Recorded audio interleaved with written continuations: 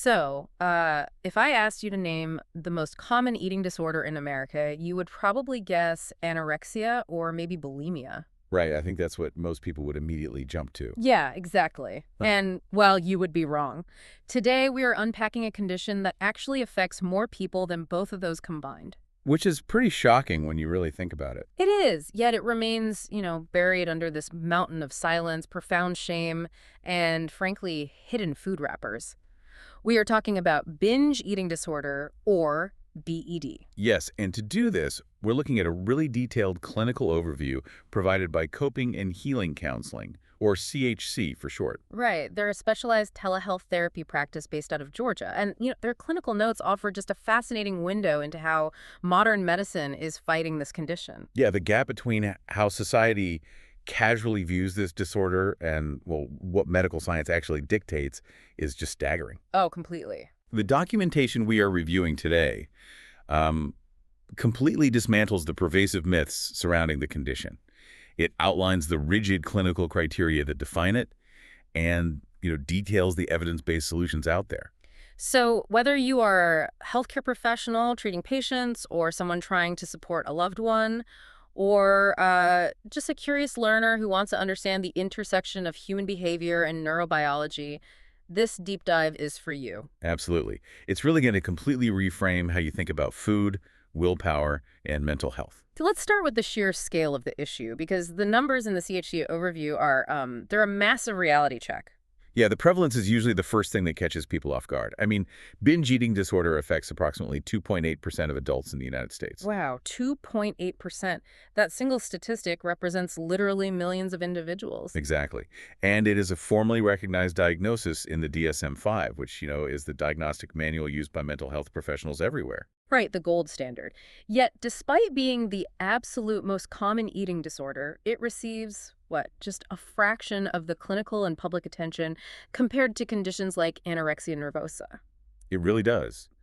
And I suspect part of that disparity comes from how we've culturally diluted the word binge. Oh, for Yeah. sure. We use it constantly for, casual overindulgence, Right. right? Exactly. We talk about binge watching a television series or, Mhm. we joke about binging on appetizers at a holiday party. Yeah, it implies a conscious, albeit maybe excessive choice. Like you're choosing to eat all those mozzarella sticks. Right. But looking at the actual DSM-5 criteria laid out in these clinical notes, the medical reality of BED is fundamentally different from a bad weekend of snacking. So what are those specific clinical features? Because I know the criteria are really rigid. They are. The clinical features require recurrent episodes of consuming unusually large amounts of food in a very specific, discrete period of time. And the manual typically defines that discrete period as being under 2 hours, right? Exactly, under 2 hours. But, volume alone doesn't secure the diagnosis.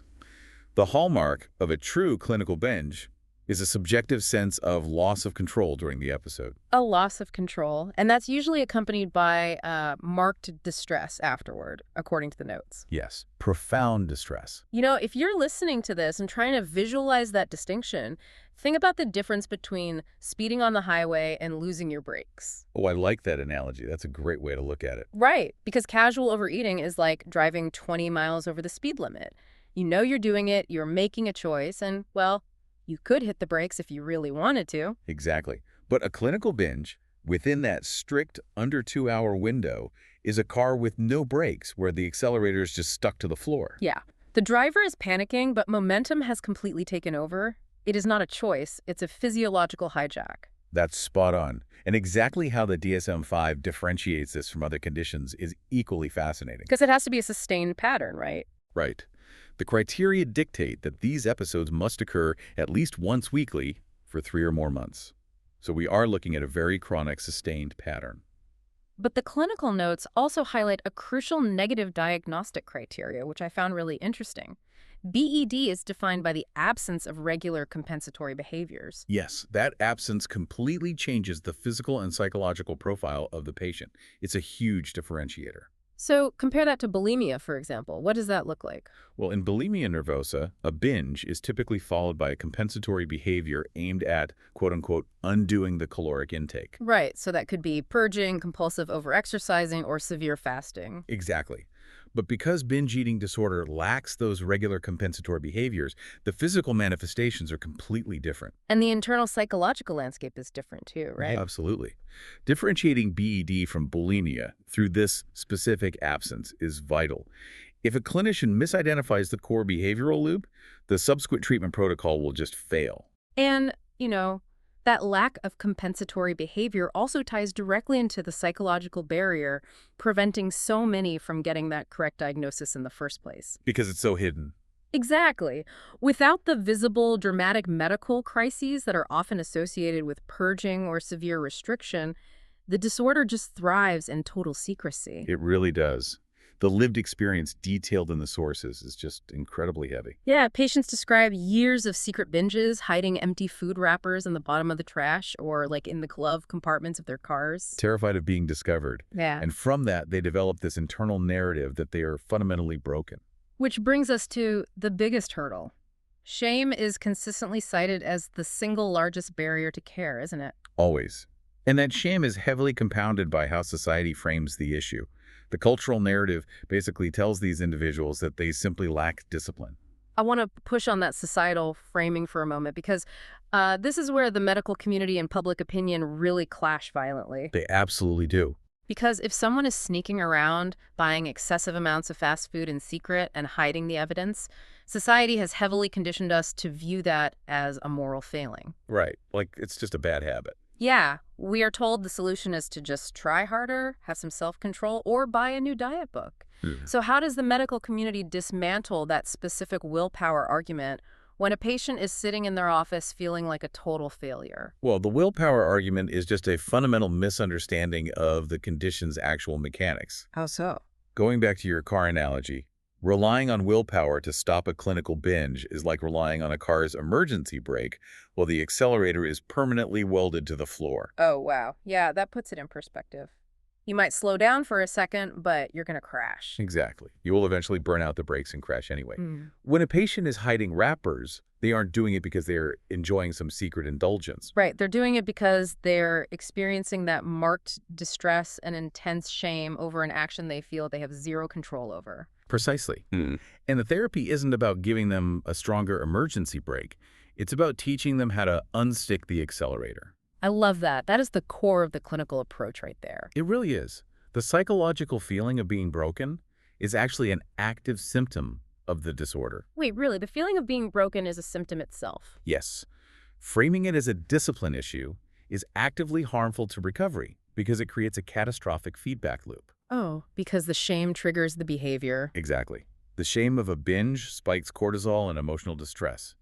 And because the brain has learned to use food as a coping mechanism for distress, that shame actually triggers the next binge. So the societal demand for willpower literally fuels the pathology. It does. It keeps them trapped in the cycle. Which brings us to the actual evidence-based treatment protocols. Once we remove the moral failing aspect and recognize BED strictly as a treatable medical condition, how does medicine actually intervene? Well, the CXC clinical overview lists a few very specific therapeutic approaches, and they usually start with CBTE. Okay, so since our listeners are generally familiar with standard cognitive behavioral therapy and, the basic thought behavior loop, let's look at CBTE. Why is Christopher Fairbairn's enhanced protocol considered the gold standard here? So standard CBT targets immediate cognitive distortions, but CBTE, or enhanced CBT, is a trans-diagnostic protocol specifically calibrated for eating disorders. Trans-diagnostic meaning it works across different types of eating disorders. Exactly. When we say trans-diagnostic, it means the therapy targets the core psychopathology that spans across multiple eating disorders, which is the over-evaluation of shape and weight. Ah, I see. So instead of just trying to interrupt the immediate urge to binge, CBTE systematically dismantles the deep-seated beliefs the patient holds about their body and their self-worth. Right. By addressing that core over-evaluation, the behavioral symptoms, the binges, naturally begin to decrease because the underlying psychological pressure has been relieved. That makes the distinction really clear. Now, the overview also notes interpersonal therapy, or IPT, showing comparable long-term outcomes to CBTE. Yes, IPT is a fantastic alternative. That really stood out to me because IPT doesn't focus on food or body image at all, right? It focuses on social functioning and relationship triggers. That's correct. It has a totally different target. So if a patient is binging in total isolation, hiding wrappers in their car, how does analyzing their interpersonal relationships stop that hidden behavior? Well, IPT operates on the premise that binge eating is frequently a maladaptive response to interpersonal stress. Like what kind of stress? Whether it is unresolved grief, role transitions, or chronic interpersonal conflicts, these social stressors create huge psychological deficits. Okay, so the therapy helps the patient identify the specific relationship issues that precipitate the binge episodes. Exactly. By improving communication skills and resolving those interpersonal deficits, the patient no longer needs the binge to cope with the stress of their social environment. Wow, so it is a highly effective alternative pathway to the exact same goal. It really is. It just tackles it from the outside in rather than the inside out. So we have CBTE for the internal cognitive distortions and IPT for the external relationship stressors. But then the source material brings in DBT-adapted protocols, dialectical behavior therapy. Yes, DBT is another crucial tool. The notes specifically state these are utilized when emotional dysregulation is the primary driver of the binge pattern. I really want to unpack that mechanism. Sure, it's a very specific driver. How is emotional dysregulation different from the cognitive distortions treated by CBTE? So emotional dysregulation means the individual experiences emotions much more intensely than the average person, and they have an incredibly slow return to an emotional baseline. Meaning they stay upset or overwhelmed for a lot longer. Right. So the binge isn't just about distorted thoughts regarding food or an argument with a spouse. The binge is acting as a rapid, blunt force tool to numb or soothe overwhelming, chaotic emotional pain. Oh, I see. So it's an emergency off switch for their emotions. Exactly. Yeah. So DBT adaptive protocols focus heavily on distress tolerance and emotional regulation skills. Basically teaching the nervous system how to survive an emotional storm without needing the immediate numbing effect of a massive caloric intake. You nailed it. Yeah. You have to treat the specific root cause. Right. If the root cause is emotional chaos, you need a therapy built to regulate chaos. And that connects perfectly to another vital point in the CHC overview, the necessity of treating co-occurring conditions. Oh, this is so important. The data shows that meaningfully addressing conditions like depression, anxiety, and ADHD significantly improves binge eating disorder outcomes. Absolutely. Because think about it. If an untreated neurodevelopmental condition like ADHD is causing chronic executive dysfunction and impulsivity, you will struggle to stop the binge eating. Until you manage the dopamine deficit inherent to the ADHD. Exactly. Yeah. You're treating the neurological root cause, which simultaneously treats the eating disorder. Let's talk about the neurobiology there for a second, because the sources also highlight pharmacotherapy. Yes. Medication can be a key component for some patients. They mention options like lisdexamfetamine, which, most people know as Vyvanse, handled with appropriate medical management, of course. Right. Prescribed and monitored carefully. How does a stimulant alter the brain chemistry enough to stop a behavioral pattern like binge eating? Well, lisdexamfetamine alters the availability of specific neurotransmitters, primarily dopamine and norepinephrine, in the brain's prefrontal cortex. And the prefrontal cortex is the area responsible for executive function and impulse control, right? Exactly. So by optimizing the levels of these neurotransmitters, the medication effectively restores the brain's ability to hit the brakes. It decreases the impulsivity that drives the binge. Yes. It gives the patient the necessary cognitive space to actually implement the skills they are learning in therapies like CBTE or DBT. So we have all these highly effective evidence-based treatments. We have the enhanced therapies, the interpersonal strategies, the neurobiological interventions. The science is incredibly robust. It is. The clinical tools are definitely there. But we run right back into the wall we discussed at the beginning. We've talked about shame as a psychological barrier, but there's a structural barrier that is just as silencing cost and access. Oh, absolutely. The tragic irony of mental health care is that the people who need it most are often priced out. Yeah, or they simply live in a zip code with 0 specialized providers anywhere nearby. Right. The geographical and financial gatekeeping of eating disorder treatment is just a massive systemic failure. Because for decades, specialized care was basically limited to expensive in-person facilities located only in major metropolitan areas. Exactly. If you didn't live near a big city or couldn't afford a private facility, you were out of luck. So how does the telehealth model actually disrupt that structural gatekeeping? Looking at the coping and healing counseling model in Georgia, they seem to be actively engineering a bypass around these specific roadblocks. They really are. Telehealth fundamentally shifts the point of care. How so? Well, by allowing patients to discuss deeply vulnerable topics, like profound food and body shame, from the absolute privacy of their own homes, it neutralizes the immediate paralyzing fear of sitting in a physical waiting room. Oh, right. Because just walking into an eating disorder clinic requires overcoming a huge amount of shame. Exactly.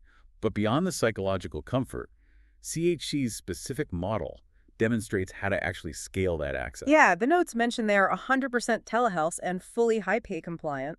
And their scope of practice covers all 159 counties in Georgia. All 159 counties. I mean, that means whether you are in an apartment in downtown Atlanta or a completely rural, medically underserved county with no physical mental health clinics for 50 miles, you have the exact same access to a specialist. It levels the playing field completely.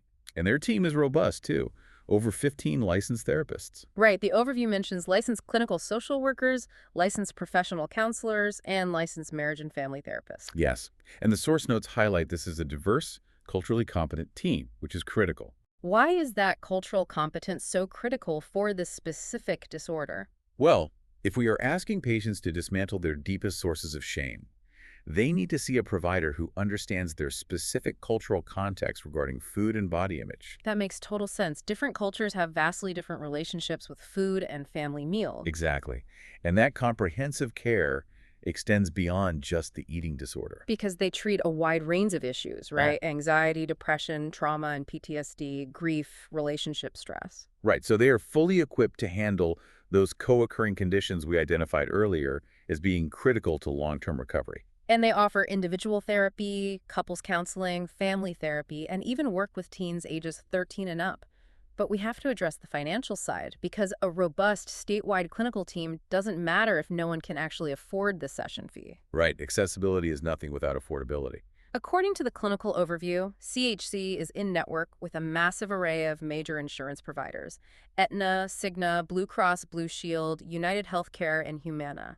Yes. For patients with these private insurances, the copays typically range from $10 to $40 a session. That level of network integration is vital for middle-class accessibility.